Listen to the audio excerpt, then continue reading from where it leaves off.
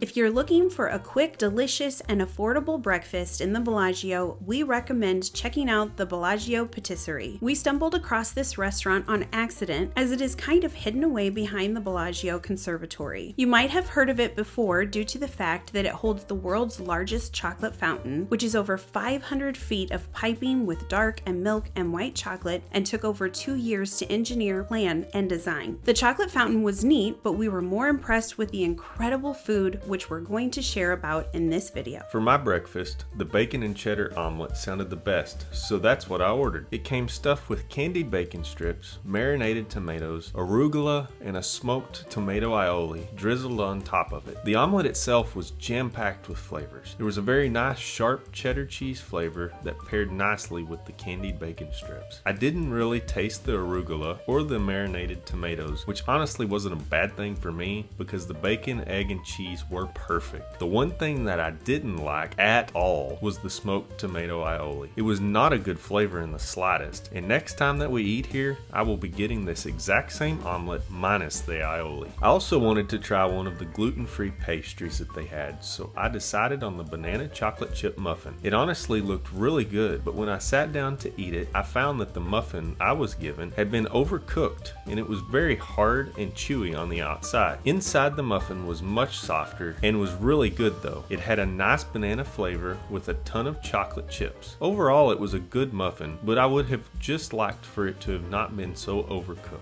I will see how they look next time before deciding whether to get another one or not. I tried their breakfast croissant and I am so glad that I did. The croissant was crispy and flaky and it had bacon, eggs, and cheese on it. This was seriously one of the best breakfast croissants I have ever had. The texture and flavor of the croissant itself were both perfect, and I would have eaten it with or without the other things on it. The eggs were really good and weren't dry, and the bacon was crispy and delicious. Combined with the cheese and the croissant, this was just flat dab delicious, and I would highly recommend it to anyone wanting a savory and delicious breakfast item. I also got a bowl of their steel cut oats with berries, and it was so good. The oats were really creamy and had a lot of extra milk to keep them from being dry, and the flavors of everything together were just really nice. It had cut up strawberries and blueberries on top that added a great freshness, and then there were almond slivers and raisins which added even more flavor and texture. I actually don't like raisins at all, but I did not mind these. You couldn't really taste them, so they just blended in with everything else. If you want a cold, fresh breakfast item, this would be a great choice. I haven't eaten quiche in many years, and some of the past quiche I've tried was a little dry and didn't have much flavor. However, when I saw this Quiche Lorraine in the display case, I knew I needed to give it a try once again. I'm so happy I did. First of all, the crust on this quiche was so buttery and delicious. I couldn't believe how flaky it was, and honestly, I really can't stress enough how good it actually was. The best quiche crust I've ever had. The egg and custard base was cooked perfectly, and add the saltiness of the bacon with the cheese, and it was one amazing breakfast. I am definitely going to need to start ordering quiche more often. I hope they will be as good as this one was. I ordered the caramel Dulce crepe and it